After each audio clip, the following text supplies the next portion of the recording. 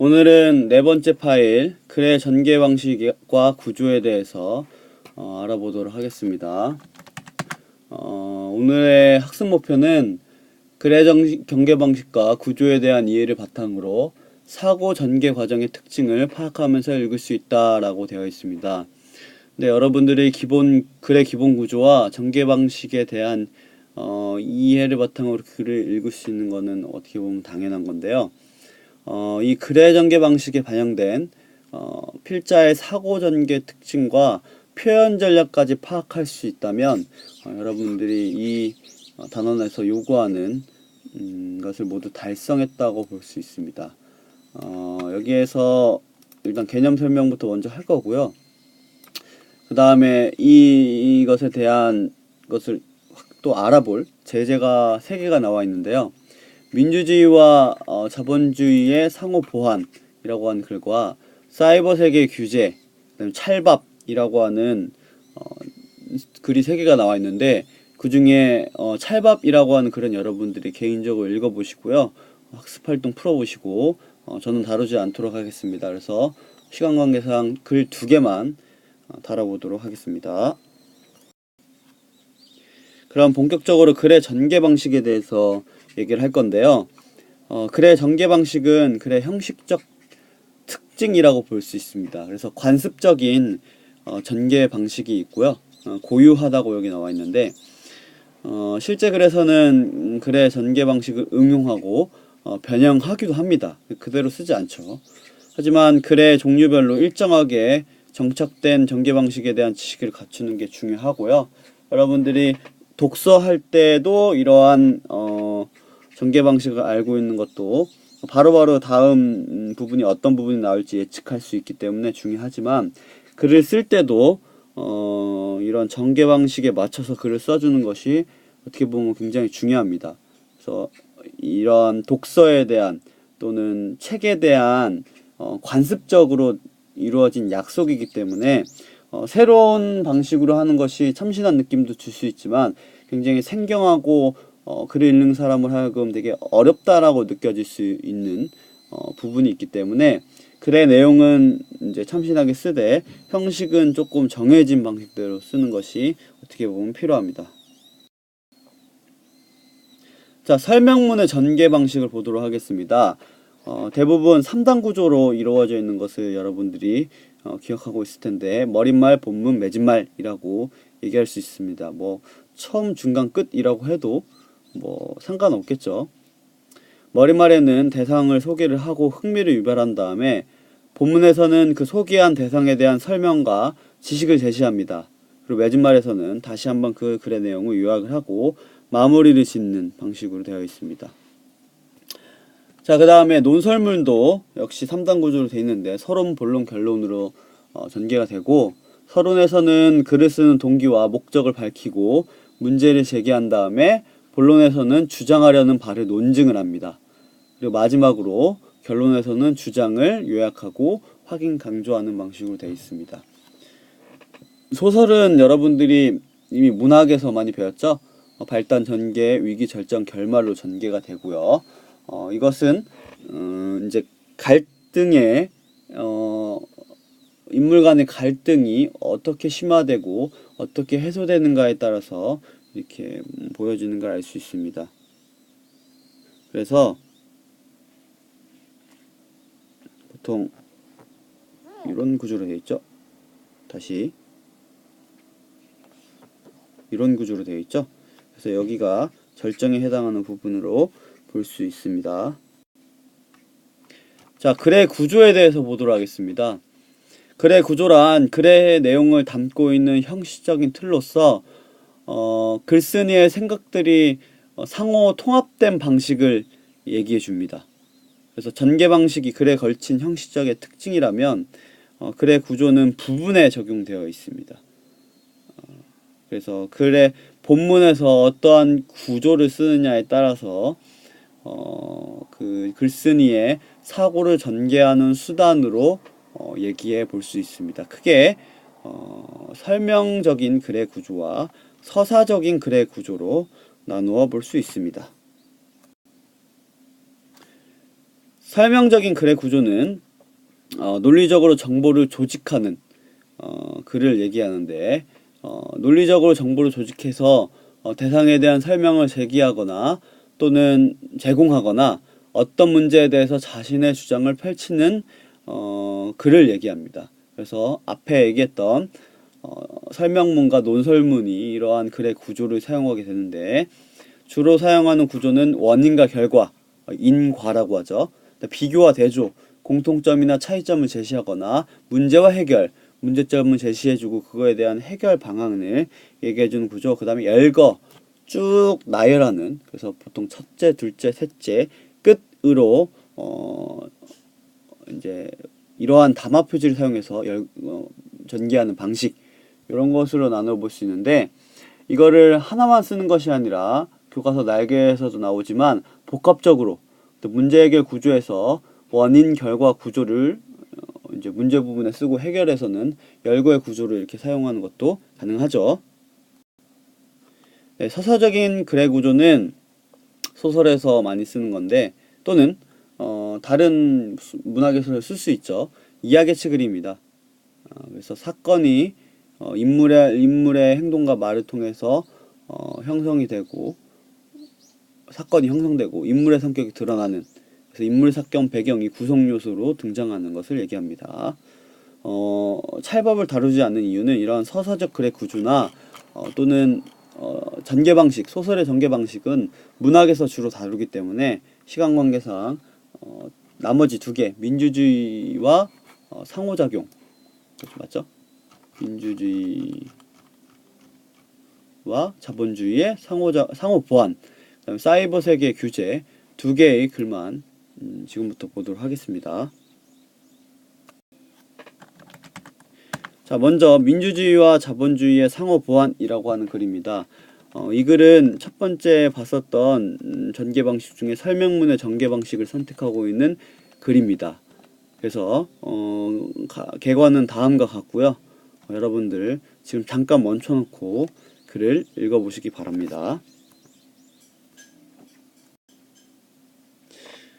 자, 민주주의와 자본주의의 상호 보완이라고 하는 글 중에 여러분 읽어볼 만한 설명할 만한 부분을 좀 가져왔습니다. 158페이지 25행에 이 두 체제의 결합은 사실 자연스러운 것은 아니다 라고 하는 구절이 있습니다. 자, 이 구절은 무슨 뜻이냐면, 민주주의와 자본주의의 결합 형태는 보편화되어 있기에 사람들이 잘 인식하지 못하는 두 체제의 상반된 성격에 대해서 설명하기 위해 글의 분위기를 전환하는 대목으로 볼 수 있습니다. 자, 적자 생존과 불평등이 자본주의적 효율성의 모든 것이다. 159쪽에 5에서 6행에 나온 구절인데요. 자본주의의 특성을 설명하고 있습니다. 그래서 자본주의라는 것이 이익을 극대화해서 약자를 보호하지 않기 때문에 적자 생존처럼 적합한 종만 살아남고 나머지는 도태되는 그런 특성을 보여주는데, 결코 그래서 평등한 것이 아니에요. 그래서 민주주의 체제에서의 1인 1표의 평등을 유지하는 것과는 크게 대비된다 라고 하는 것을 알려줍니다. 자, 학습활동 보도록 하겠습니다. 학습활동을 좀 자세히 다뤄주고 싶은데 그러니까 시간이 너무 늘어지더라고요. 그래서 최대한 간략하게 명료하게 좀 보도록 하겠습니다. 그래서 1번은 제재 이해 활동인데 2번, 3번이 훨씬 중요한 학습 활동이기 때문에 간단히 좀 보도록 하겠습니다. 자, 핵심어는 여러분들이 아시다시피 민주주의와 자본주의입니다. 중심 내용은 민주주의와 자본주의는 서로 다른 역사와 지향점을 가지고 있지만 현대사회에서는 상호 보완해서 공존하고 있다라고 볼 수 있습니다. 그래서 주제는 여러분 개관에서도 봐서 미루어 짐작해서 알 수 있지만 민주주의는 자본주의를 보완해 왔다라는 부분입니다. 자, 전개 방식을 파악해 볼까요? 자, 1문단은 우리 사회 체제는 민주주의와 자본주의가 합해져 있다라는 것으로 설명하고 있습니다. 그거 설명하고 있습니다. 자, 2문단, 3문단은 자, 2문단은 민주주의가 굉장히 역사가 짧다라는 거고요. 그 다음에 3문단은 이 자본주의 역사 역시 짧다라고 되어 있습니다. 그래서 대중민주주의, 근대자본주의 역사가 짧다라고 하고 있고요. 4문단은 두 체제의 결합이 자연스럽지 않은 이유를 설명하고 있고, 5문단에서는 이 정부가 소득 분배에 관여하였다, 개입하였다라는 얘기인데, 6문단에서 그 개입한 방식이 누진소득세, 누진소득세라는 것을 그 예로 들고 있고요. 그래서 결국 7문단은 민주주의 덕분에 자본주의는 진화했다라는 내용을 가지고 있습니다. 그래서 이 전체의 문단을 쭉 이제 3단 구조에 맞춰보면 처음에 소개를 하는 1문단은 머릿말이라고 볼 수 있고요. 나머지는 이 머릿말에서 소개한 민주주의와 자본주의를 쭉 설명하고 있습니다. 그래서 이게 다 본문이고요. 마지막에 진짜 글쓴이가 하고 싶은 얘기, 민주주의 덕분에 자본주의는 진화했다는 내용을 맺은말로 하고 있습니다. 그래서 사실 맺은말은 앞에서 나와 있지만 전형적으로 좀 정리를 하고 좀 주장을 이제 이렇게 끝내는 게 맞는데, 여기에서는 그리 특이하게 뭔가 글쓴이의 주장을 좀 강화하는 형식으로 이렇게 되어 있죠. 약간 설명문이면서 논설문의 성격을 좀 가지고 있다고 좀 또 볼 수 있습니다. 그래서 글쓴이의 사고 전개 과정을 좀 보자면, 머릿말에서는 두 체제의 결합임을 이제 우리 사회가 제시하면서 논의를 시작해요. 그래서 굉장히 흥미를 불러일으키죠. 그래서 본문에서는 그 내용들을 설명합니다. 정치체제인 민주주의와 경제체제인 자본주의의 역사 특성, 상호 보완 이유를 구체적으로 예를 들어가면서 논의를 전개하고요. 결국은 자본주의는 민주주의의 영향을 받아 진화하였다고 맺은말에서 이제 논의를 정리하고 있죠.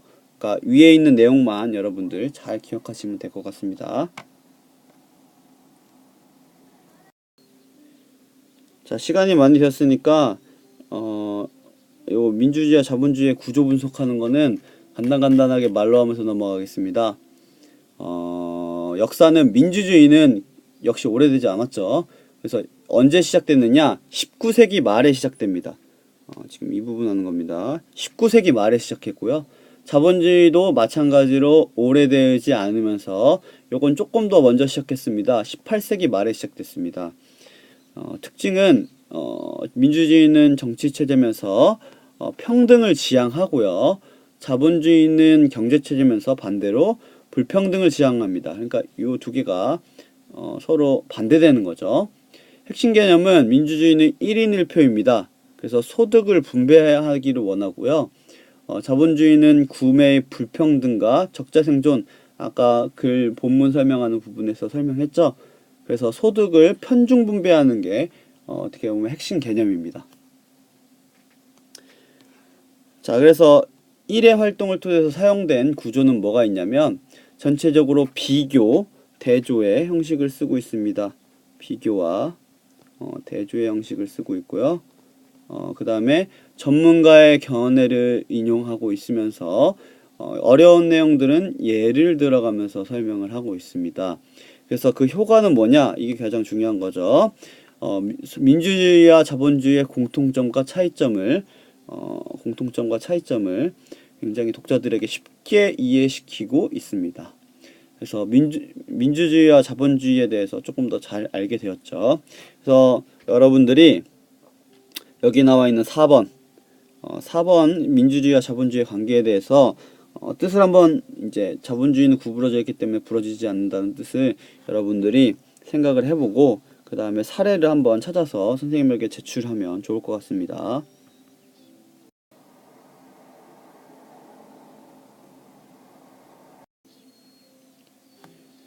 자, 두 번째 글입니다. 사이버 세계의 규제라고 하는 글인데 논설문입니다.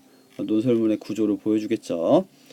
잠깐 멈추고 여러분들 글 읽어본 다음에 다시 진행을 하도록 하겠습니다. 자, 본문 읽기 한 5개 정도를 알아보도록 하겠습니다. 163페이지 11번째 줄부터 12번째 줄에 이런 내용이 나와 있습니다. 이런 배경에서 사이버 세계도 현실 세계처럼 국가가 규제를 해야 하는지가 쟁점이 되고 있다. 자, 이 글은 이 부분은 이 글의 주요 쟁점을 직접적으로 제시하고 있는 부분입니다. 그래서 사이버 세계가 보편적인 현상이 되었다는 것을 밝힌 뒤에 쟁점을 제시하여 뒤에 이뤄질 내용을 안내합니다. 서론 부분이란 거 확실히 알 수 있죠. 자, 163페이지 17행부터 20행입니다. 그 이후로 인터넷은 구성 방식과 작동 방식 자체가 집중형보다는 분산형에 가깝고 사이버 세계에서의 행위 역시 탈집중적인 방식으로 이루어지기 때문에 사이버 세계는 현실 세계의 제도적 제약에서 자유로워한다는 것을 들고 있다. 사이버 세계에 대한 규제를 반대하는 주장의 이유를 소개하고 있죠. 그래서 이제 글쓴이는 이제 사이버 세계에 대한 규제가 필요하다는 주장을 하고 있는데 반대 주장을 소개한 다음에 반박하는 전략을 사용하고 있고 여기서 하는 분산형이라는 것은 사이버 텍스트를 통해서 이곳저곳 옮겨다니면서 이제 사이트를 옮길 수 있는 그런 성질에 대해서 얘기하는 거죠. 그래서 여러분들이 인강을 본다고 하면서 결국은 나중에 연예인 사진을 보고 있는 것과 같은 이제 성질을 어떻게 보면 설명하고 있는 거죠. 자, 이건 좀 깁니다. 이제 163페이지 20번째 줄부터 164페이지 4행까지, 그러니까 다시 말하면 거의 한 문단을 읽는데요. 빠르게 읽겠습니다. 이들은 사이버 세계를 규제하는 것은 바람직하지도 않고 가능하지도 않다고 주장한다. 예를 들어 인터넷상에서 이루어지는 전자상거래에는 국가가 나서서 상거래를 규제한다는 전통적인 발상이 거의 통하지 않는다. 기존에는 일정한 장소에서 판매자와 구매자 사이에 상행위가 이루어져 이를 규제하거나 세금을 매기는데 큰 어려움이 없었다. 그러나 인터넷상에서 전체적으로 상행위가 이루어질 경우 판매자와 구매자가 어떠한 물리적 공간에 위치하는지 알아내기가 쉽지 않다. 즉 인터넷과 사이버 공간은 그 기술 자체뿐 아니라 그것을 바탕으로 이루어지는 경제적 사회적 행위 그리고 거기에 관여하는 사람들의 정체성에 이르기까지 탈집중적 특징을 보이고 있기 때문에 규제가 필요 없다고 주장한다. 그래서 규제가 불가능한 이유를 제시하고 있죠.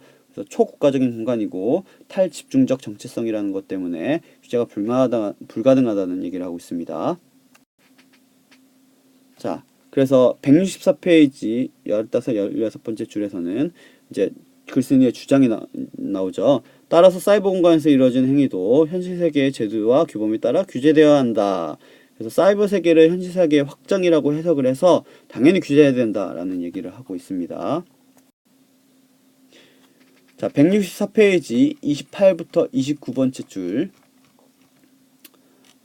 거의 끝인데요. 공정한 규제는 범죄를 조정하는 무질서 상태보다 낫다. 그리고 그러한 공정한 규제는 국가가 담당한 것이 옳다. 라고 하고 있습니다. 그래서 규제의 필요성을 역설하면서 국가의 역할에 대해서 언급하고 국가가 규제의 주체가 되어야 된다고 생각하는 글쓴이의 주장이 나타나 있죠. 5개인 줄 알았더니 6개네요. 165페이지 13번째, 15번째 줄 마지막 부분에 가까운 것 같습니다.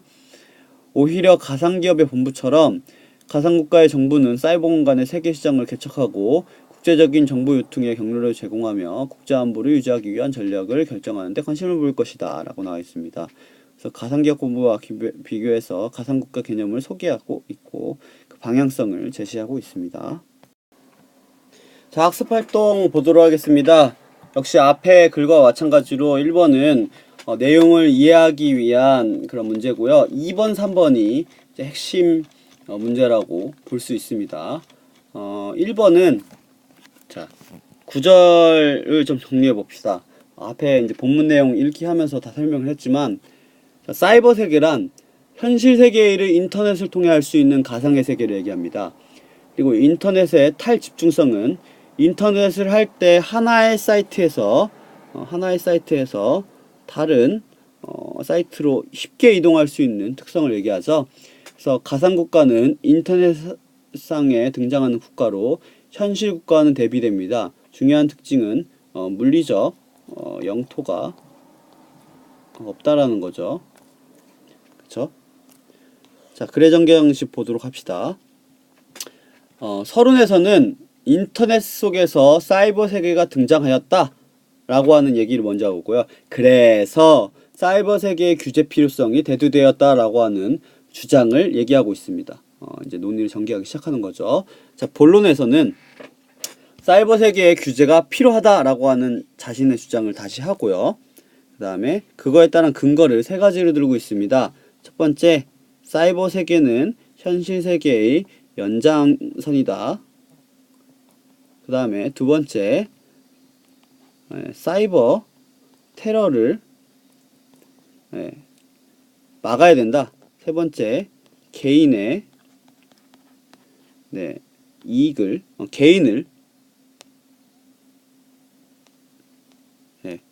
개인을 보호해야 된다라고 하는 근거를 들어서 이제 논의를 하고 있죠. 그래서 결론은 사이버 규제는 이제 사이버 세계의 규제는 정부가 해야 되고 그에 따라서 가상국가라는 것이 등장할 것이다 라고 얘기하고 있습니다. 주장과 근거는 방금 전에 거의 다 얘기했죠. 사이버 세계의 규제는 정부가 담당해야 되고 이를 위해 가상국가가 등장할 것이라고 하는 결론의 내용의